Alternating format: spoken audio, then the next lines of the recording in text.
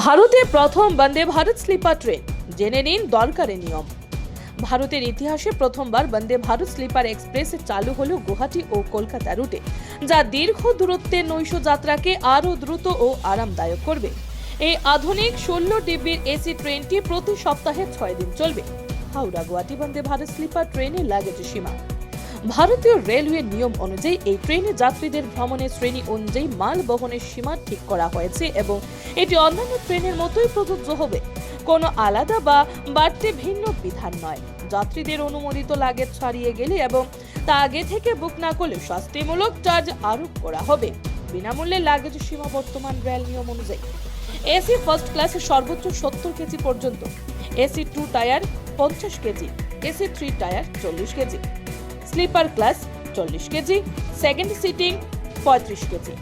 এছাড়া যাত্রীদের অতিরিক্ত লাগেজ নিতে চাইলে তা অতিরিক্ত ভাড়া প্রদান করে নিতে পারে।